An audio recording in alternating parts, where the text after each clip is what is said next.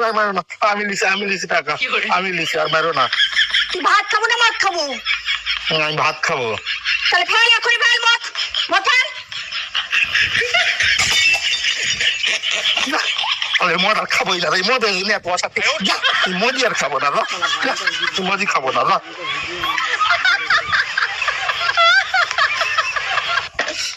এ হে, 500 টাকা নোট দিয়ে মদ লিছি, বাদ বাকি টাকা নিতে আমার আর মনে নাই, বাদ বাকি টাকা নিয়ে আসি।